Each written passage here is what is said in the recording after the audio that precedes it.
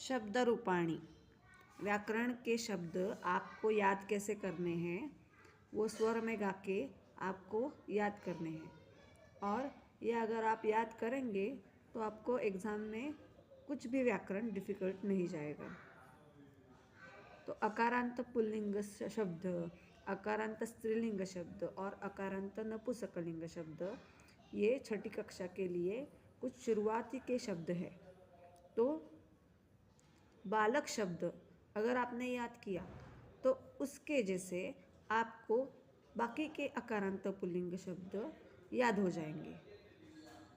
नृप, देव, राम, पितामह, पंडित, ये सब अकारांत पुल्लिंग शब्द आपको उसके जैसे चलाने आएंगे।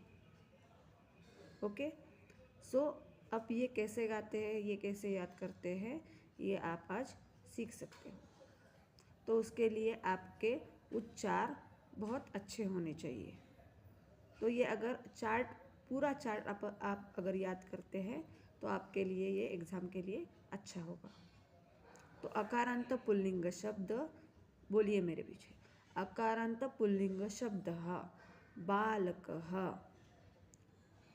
बालकः बालकौ बालकाः प्रथमा, बालकं बालकौ बालकान् द्वितीया, बालकेन बालकाभ्यां बालकैः तृतीया, बालकाय बालकाभ्यां बालकेभ्यः चतुर्थी, बालकात् बालकाभ्यां बालकेभ्यः पंचमी, बालकस्य बालकयोः बालकानां षष्ठी, बालके बालकयोः बालकेषु सप्तमी।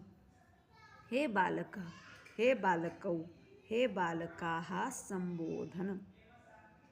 अब हम पढ़ेंगे अकारांत स्त्रीलिंग शब्द बालिका। आकारांत शब्द है ये, आकारांत स्त्रीलिंग शब्द बालिका। तो ये कैसे पढ़ते हैं? बालिका बालिके बालिकाः प्रथमा, बालिकां बालिके बालिकाः द्वितीया, बालिकया बालिकाभ्यां बालिकाभिः तृतीया, बालिकायै बालिकाभ्यां बालिकाभ्यः चतुर्थी,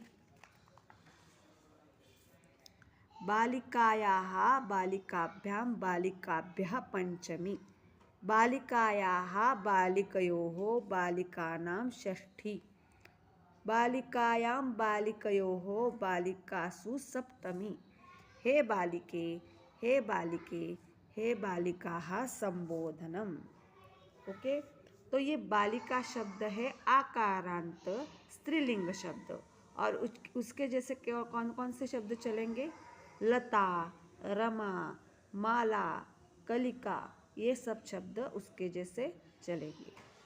अब हम पढ़ेंगे आकारांत नपुंसकलिंग शब्द पुष्प।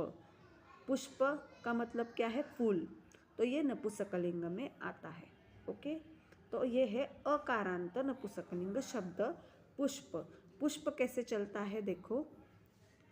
पुष्पम पुष्पे पुष्पाणि प्रथमा, पुष्पम पुष्पे पुष्पाणि द्वितीया, पुष्पेण पुष्पाभ्यां पुष्पैः तृतीया, पुष्पाय पुष्पाभ्यां पुष्पेभ्यः चतुर्थी, पुष्पात् पुष्पाभ्यां पुष्पेभ्यः पंचमी, पुष्पस्य पुष्पयोः पुष्पाणां षष्ठी, पुष्पे पुष्पयोः पुष्पेषु सप्तमी। हे पुष्प, हे पुष्पे, हे पुष्पाणि संबोधनम। तो ये पुस्तक शब्द है, पुष्प शब्द है, उसके जैसे पुस्तक शब्द भी चलता है, फल शब्द भी चलता है, नगर, जो वस्तुएं वगैरह है, ये सब नपुंसकलिंग में आता है। तो पुष्प शब्द जैसे हमें कौन कौन से शब्द चलाने पड़ेंगे? फल, पुस्तक, नगर, मित्र, उद्यान, ये सब अकारांत नपुंसकलिंग शब्द है। तो इसके जैसे आप आगे के भी व्याकरण के लिए शब्द पढ़ो और याद करो, और उसके चार्ट लगा के घर में रखो और घर में लगाओ और अपने क्लासरूम में भी लगाओ।